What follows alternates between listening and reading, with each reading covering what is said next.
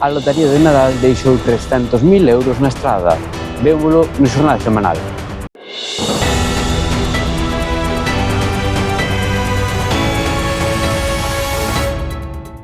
Moi boas tardes, señoras e señores, benvidos a este xornal semanal.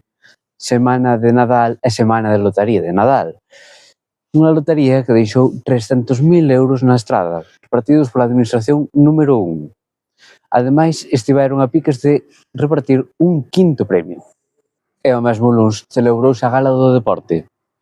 Javier Martínez Carracedo foi o mellor deportista do ano. Este 2025 foi campeón galego de Rally Sprint. Dori Carbia subiu ao escenario do principal como a mellor deportista feminina do ano. No seu palmarés destacou o Campeonato de España. En canto ao deporte de base, Darío Míguez e Aroa Martínez foron os mellores deste 2025. El foi campeón galego, ela chegou a competir nun campeonato do mundo.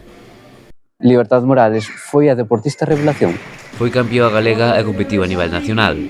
Sofía Mosteiro foi premiada como a mellor adestradora deste 2025. Levou a gimnasia a súa máxima expresión.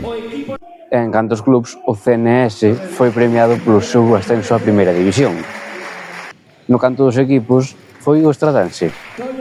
Os rosillos xogaron os playoffs de ascenso a segunda durante o seu centenario.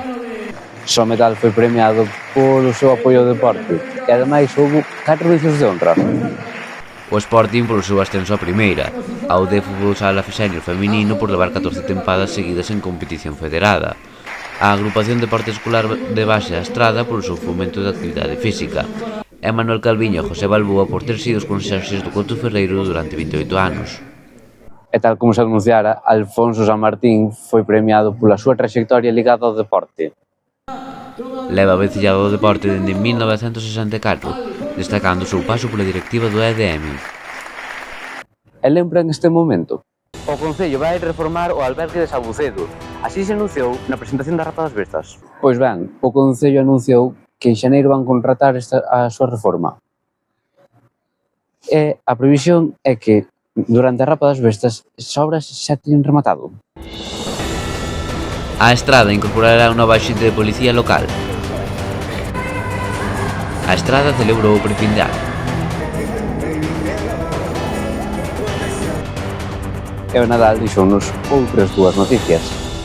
Por unha banda, as folerpas de neves deixáronse ver nos puntos altos do Concello. Pola outra, Papá Noel recorreu estas rúas antes de deixar os agasallos debaixo das árvores. En 2024, a Farola escribíalles unha carta. Este ano vai haber carta outra vez, pero non vai ser a Farola, vai ser outro emblema da estrada. Así que imos descubrir os 3 posibles candidatos para sustituir a Farola. O novo municipal, escenario dos éxitos do estradense.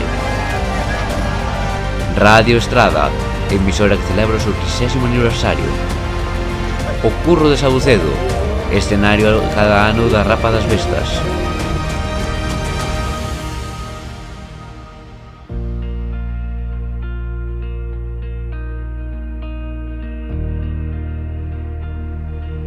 E así rematamos este xornal semanal. Que teñan un feliz 2026. Vémonos a semana que ven.